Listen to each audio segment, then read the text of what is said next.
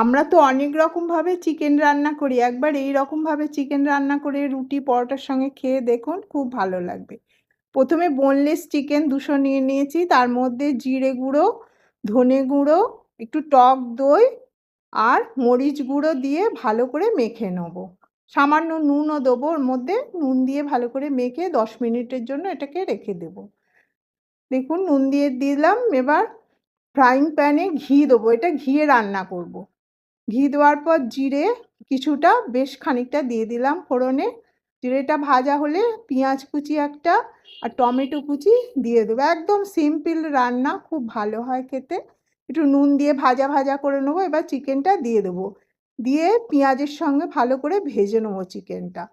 দেখুন এইভাবে ভেজে নেওয়ার পর একটু জিরে গুঁড়ো দেবো, গরম মশলা গুঁড়ো দেবো আর কসুরি মেথি একটু দিয়ে দেবো নামাবার আগে। এবার জল দিয়ে সেদ্ধ করে নেবো। একদম লো আঁচে এটা সেদ্ধ করে নেবো। বোনলেস চিকেন খুব ভালো লাগে। জিরা চিকেনটা এইভাবে করবেন। এবার দেখুন কসুরি মেথি দিয়ে নামিয়ে নেবো। সামান্য মাখা মাখা করব। করে এইভাবে করে দেখবেন একবার, খুব ভালো